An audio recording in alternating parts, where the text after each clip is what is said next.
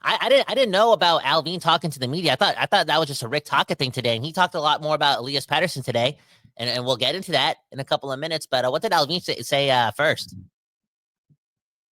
One of the first, look, there's three things that stood out to me in the article. So, I think Pierre LeBrun started by asking just about the season in general, and he talked about the adversity and not wanting to use excuses, and talked about some of the good stories around the team. Name checking guys like Kevin Lankinen and Kiefer Sherwood. He even brought up Jake DeBrusk having a solid year points wise, which is great. But Jake DeBrusk, I think, is a little bit different from that. He's kind of been up and down. But a couple of things stood out to me. And first was he continues to double down on the Boeser thing, which I find fascinating. Like, even after, I'd say he took a bit of a PR hit in terms of the messaging about Boeser and how, they couldn't get anything for him and blah, blah, blah. He went on to basically say the same thing again. He said, unfortunately, I couldn't get what I felt was fair market value for him. You can read the market and set the price, or you think what the market value is for Brock Boeser. But unfortunately, teams had different opinions, and that's where we ended up. So again, saying pretty clearly that he was willing to trade Brock Boeser, but the price wasn't there. And basically that he was happy keeping Brock as his own rental. He didn't use the word rental in there, but I mean, I think the proof is in the pudding, Kyle, as you like to say. Brock Boeser's sticking around with this team. They're not close on a contract, and he's apparently helping with the playoff push, even though we have not noticed him very much lately at all. Yeah, I mean, again, Aquilini, he made that call. We can't just forget about that, okay? He did. He did, bro. He did. History tells the tale, right? Right?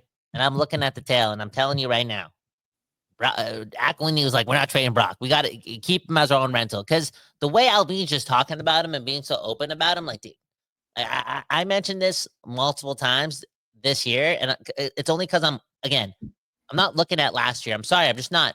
I'm looking at that as an outlier for every individual on the Canucks outside of Quinn Hughes, okay? But I said it, bro.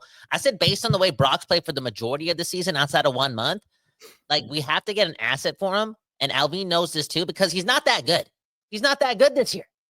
Like, you're not falling so behind the Calgary Flames, the Utah Hockey Jazz, or the St. Louis Blues because you lose Brock Boeser. Okay, this team still has Kevin Lankinen and Quinn Hughes and has a lot of good defensemen. I'm telling you the truth. But again, Aquilini went in there and said, yo, you're not trading Brock. We need it to be our own rental, and it is what it is. And I mean, again, I hope for Brock. I see a lot of people commented. A couple of people commented on our last video talking about why would Brock, or a couple videos ago, I'm sorry, the post-game show from our last game. And they said, oh, why would Brock want to play for this team after everything Allvin said about him in media, right? Like, why would he want to do well for the Canucks? And I understand it to a point because at the end of the day, I know it's a job, and it's business, and it's hockey, and there's miscommunication. There's a lot of dirty things going on. Like, it's not. People talk about the whole PR thing going wrong for the Canucks. It's just not healthy for the employee to the employer, like this type of relationship. Okay. That being said, Brock Boeser, there's people who pay money. The people who pay a lot of money to go to games. Like, you play a children's game. You have one of the greatest jobs in the world. I'm sorry, it's just the truth.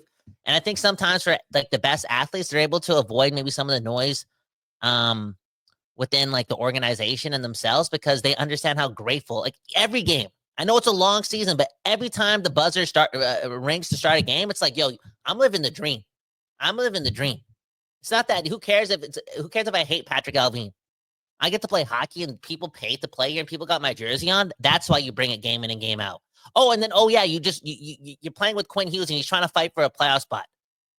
These guys, man, they got to get out of their own heads. And I know you're talking about individual contracts and it's business, but it's still a team sport. It's still the Vancouver Canucks. It's not the Brock Canucks, it's not just the hockey Canucks. So I hope for Brock's sake, like, he's able to like ignore Patrik Allvin again somehow, even after the quotes that Trevor just spewed to us, and just like, yo, just bring it because we need him.